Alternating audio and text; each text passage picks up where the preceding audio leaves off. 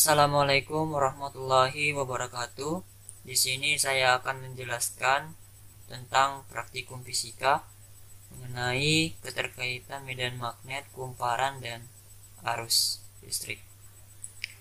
Atas nama Dani Sanjaya, NPM 1840302063, Lokal B atau A2 mata kuliah Praktikum Fisika.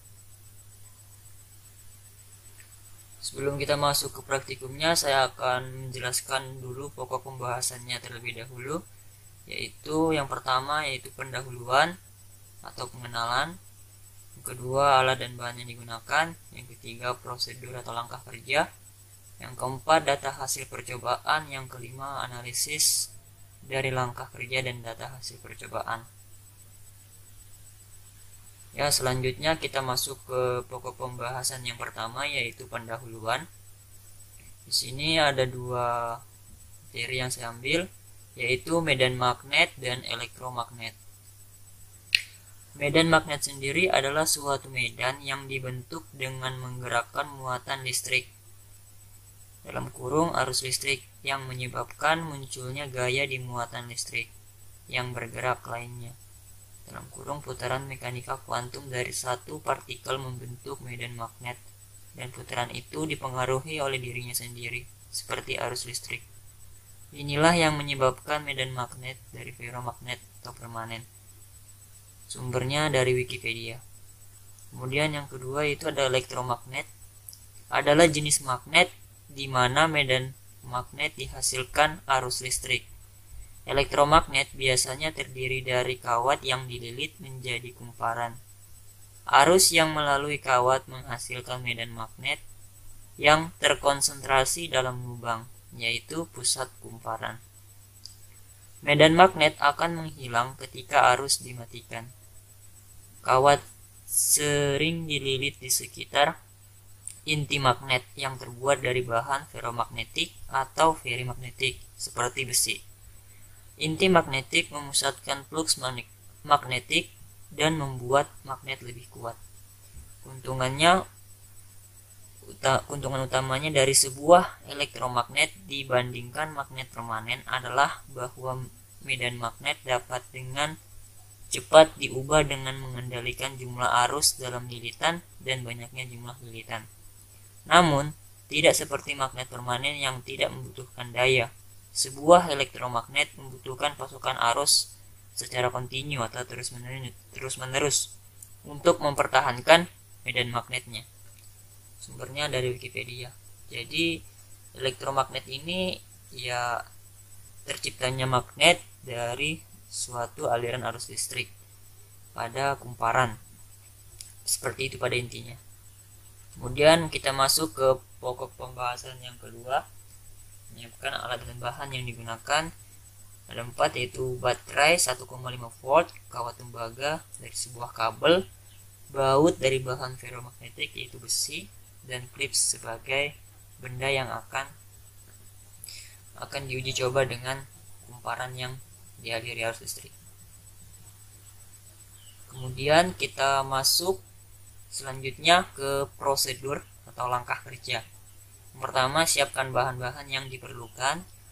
Yang kedua, setelah semua bahan telah disiapkan, kemudian lilitkan kawat tembaga pada baut yang terbuat dari besi.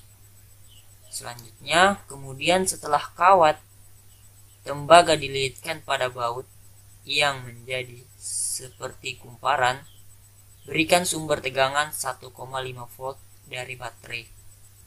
Kemudian selanjutnya adalah amati apa yang terjadi ketika kumparan yang telah diberikan sumber tegangan didekatkan pada klips yang berbahan besi.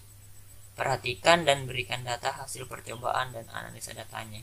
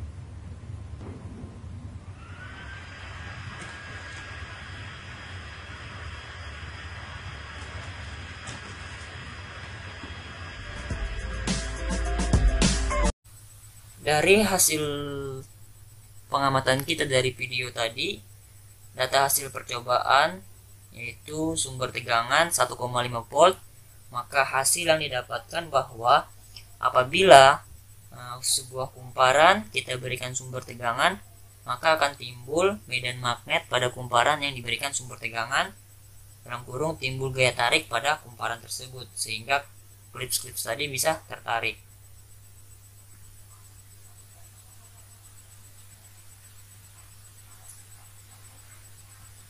Selanjutnya yaitu analisa data.